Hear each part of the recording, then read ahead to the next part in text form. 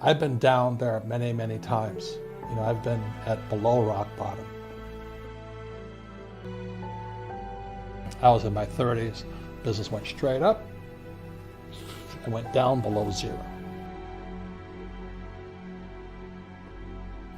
How can you lose more money? Invest your money. So I was down $800,000 at 32 years old.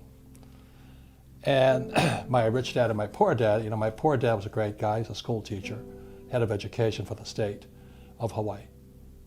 And my poor dad felt sorry for me. And my rich dad says, hey, congratulations. You lost your first business. See, it's in the mindset. He says most entrepreneurs will lose 3 businesses. So rather than run and declare bankruptcy, he says, look, go talk to all your investors, tell them you messed up, tell them you're going to work it out, you're going to pay them back, and go fix that business of yours. So rather than run and hide like some of my partners did, this is in Hawaii where I started the Velcro wallet business. I had to go back in and kind of find out most of the mistakes I made. And then when I could pay people back, because the business was up and running, then I started to pay people back from the successful operation. So I learned more from failing than I did in all my years of school. So that was really good. And then I took my little nylon wallet company out of the surfer market and I took it into rock and roll, of all things. So then I learned how another whole end of entrepreneurship, and that's what paid off my $800,000 in debt. So I always look at failure as an opportunity to learn and get bigger. And in real life, the people that make the most mistakes are the smartest people. You look at when I play golf, I go out there and I practice, but I don't practice 1/100th of practice making mistakes. You practice to make mistakes, right? So guys like Tiger Woods, guy Jordan Spieth, McIlroy, they've made more mistakes than I ever will. So the guys that make the most mistakes in life win, except in school, because you get punished for making mistakes. So it's just in your mindset. And so when I lost my first company, it was great. I lived on the street. I was homeless, got yelled at a lot by my investors. It was building self-esteem. I said, I'll pay you back. You trusted me, I messed up, but I'll pay you back. And it was that spirit, it's called the entrepreneur spirit. I rebuilt the company, took it out of surfing and took it into rock and roll. So I was working with Duran Duran, Van Halen, the Police, old bands, and we pulled that out of bankruptcy. I never declared bankruptcy, but I paid back my investors. I still had no money, but I paid back my investors. You wake up tomorrow morning and you're on the street and you have nothing. You don't have a single contact in your network. All you have is the knowledge and experience that you've had throughout your career. How do you build up from there? Well, I've been there many times. So it's no big deal. You just figure out what's needed and wanted and you go do it. People always kind of dump on, fast food industry. If I had to do it again, I'd go work for McDonald's. And the reason I go work for McDonald's, whether it's $7 an hour or 15, I don't really care. I don't really like McDonald's food, but they have the best business systems in the world. How else can a company take virtually non-college educated people and build a fast food industry across the world? And they have the best system. So right inside little McDonald's, you can learn everything you need to learn about business except for the management side of it. So I just go work at McDonald's so I can learn even more. So I look at life as learning. I'm constantly learning. I'm reading constantly, studying constantly. I spend most of my time with entrepreneurs. I don't spend my time with people who complain about the economy. So nothing will really change. I just go back to being an entrepreneur. You better have a spirit that's so strong. You cannot let other people's opinions and criticisms. At that point, he started to learn. He says, I learned a lot from my last business. Let me take what I learned from my last business and put it into this business.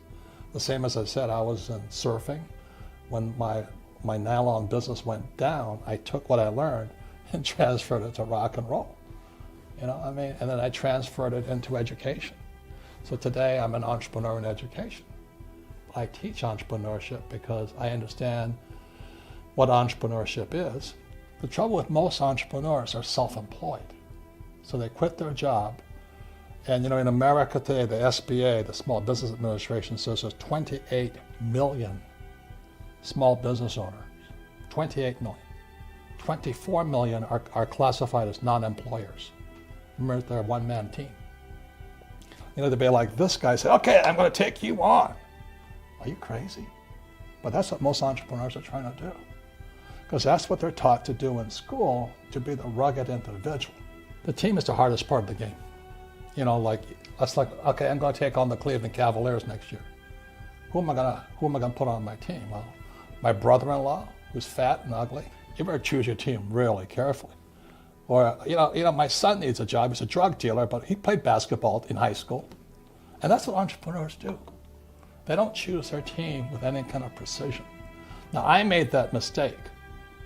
You know, I brought on like friends who thought they were entrepreneurs, and they're incompetent. You know, they were terrible. And I was terrible also. The difference is when we failed in the first business, I went on. They went back to their jobs. There's a very big difference in mindset. So all I'm saying here is this: if you're going to understand this, study entrepreneurs. Like I studied Edison, you know, I studied Gates, Jobs. My biggest hero of all is Jobs, Steve Jobs. I studied Walt Disney, Henry Ford, Tesla. You know, this guy Elon Musk, his Tesla car. Elon Musk is the new Steve Jobs. I mean, this guy is out of sight. Smart, he knows the game very well. Tesla knows how to, I mean, Musk knows how to use government subsidies, right? You've seen that article about him? 50 billion or 5 billion in government subsidies. These guys use the government because we're partners with the government. I receive lots of government subsidies because I'm a partner with the government. I'm not at war with the government. You know, most entrepreneurs go to war with the government. I'd rather put the government on my side, which is what you're doing here at the Corporations Commission. So there's really a partnership between government and entrepreneurship. Unfortunately, if you don't know that and you step out here, government pounds on this guy. Mm-hmm. The reason they give Tesla all the breaks, number one reason, he's an employer. You know, New York just offered him all the solar business, Nevada the battery business, and Texas is space. So they give the entrepreneur the best tax breaks of all. My primary business is real estate. So I have 8,000 units here, and I get massive tax breaks from the federal government as well as the state government. So it's really knowing the game of this guy versus this guy. And most entrepreneurs, they could be really smart guys. They step out here, the government pounds on them, and these guys pound on them. Well, I always say the number one skill of an entrepreneur is the ability to sell or communicate. Number one, because sales equals income. So if your sales are down, your income's down. But it's not just selling your customer, you gotta sell your employees. That's really tough, you know. And then next is selling my investors. So I'm selling investors, I'm selling employees, I'm selling customers, and I'm selling myself. You know, I gotta talk myself into, I don't have the pleasure of being down. Entrepreneurs have gotta be up. Because if you're down, your employees know it, your customers know it, the market knows it. So number one is sales. But when you look at the big picture, there's three things an entrepreneur must learn. Number one is PR. And what you're talking about is PR. The other day, Fox News interviewed me to find out if I would endorse my friend Donald Trump for president. You know how much that's worth? You know, they co-branded us. Kiyosaki, Rich Dad, and Trump. That's incredibly priceless. You know, so getting PR is a number one skill. Under that is marketing. And what marketing does is like advertising. They want to set the customer up to get ready to buy. Oh yeah, I saw that Kia ad. I want to buy a Kia. I want to buy some land, I want to buy this. So the customer is now primed to buy it. That's marketing's job. Then the last thing is a sale. So if you've done a really good job on PR, then you've done a great job on marketing. The sale is like that. You know, they walk in, they buy. But if you have no PR and you have no marketing, you have to pound, hard close on, well, Mr. Customer, today's changing business environment, you should buy my insurance and all. And people today hate sales pitches more than ever before. So the number one sales job of a true entrepreneur is to develop your ability to get PR. Like for me right now, this is PR. Okay? Then is marketing. Marketing is kind of what I pay for. It's kind of, I want to craft my message out there. So I'll pay to have an ad go on or do this, just to prime the mind to make the sale easier. And I'll say it again, most entrepreneurs are not good at sales. They're horrible at marketing. They have no idea what it is, and they can't get any PR. And so they struggle. And again, sales equals income, so they crash. There's two people you must have. One is an accountant, one's an attorney. And not that they run your company, but they've spent years getting their mindset to give you the best legal advice. Because as an entrepreneur, I don't have time to go back to law school. So I've got to have an accountant and I've got to have an attorney, period. Say nothing more.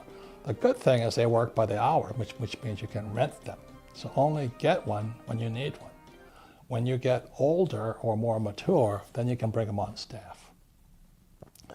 But the biggest mistake that many entrepreneurs make to save money, they become their own attorney, or they become their own accountant, or their brother-in-law knows an accountant, or their sister-in-law works for a law firm, and they get hammered. Like, all of my troubles have really started with legal documents, or the misinterpretation of one. I was talking to my great friend down in Mexico, and he and I wanted to do a deal. So he sent me a legal document to sign. And I said, hey, I never agreed to a contract. Oh yes, we had a deal. We had a deal. I said, no, we were discussing the terms and conditions of the contract. No, that was an agreement. We shook hands. I said, shook hands. I said, goodbye. It doesn't mean we had a deal. We had a deal. Broke the partnership apart. It's just because a lack of sophistication does not understand how important that legal document is. I don't sign it until he's happy and I'm happy. But that takes negotiation, as you know. So it's, unfortunately, more important than ever before today is that legal document. How do you pick the right attorney? I've had some of the most horrible, crooked, deceptive, nasty attorneys I've ever met. Same as accountants. What I found out, the accountants and attorneys who went to the biggest schools are not the best. I have found what I'm looking for is somebody who may be a private guy who is passionate about entrepreneurship. So they're a great attorney for entrepreneurs. They're not, most attorneys are looking for the big client, like I want to work for, General Electric. What I want is the attorney and the accountant who are passionate about it being entrepreneurs. So my guys right here in Phoenix are entrepreneurs, and my accountants are entrepreneurs. Every time I hired the big name corporate and law accounting firms, I have been grossly overpaid and underserved because they're so used to doing bigger things, they don't have time for a little guy like me. It's the same with bankers. I'm looking for a banker who loves being an entrepreneur. You got to have this partnership with the banker. I dump on the financial services industry a lot, and they deserve to be dumped on. But you got to have one on your team.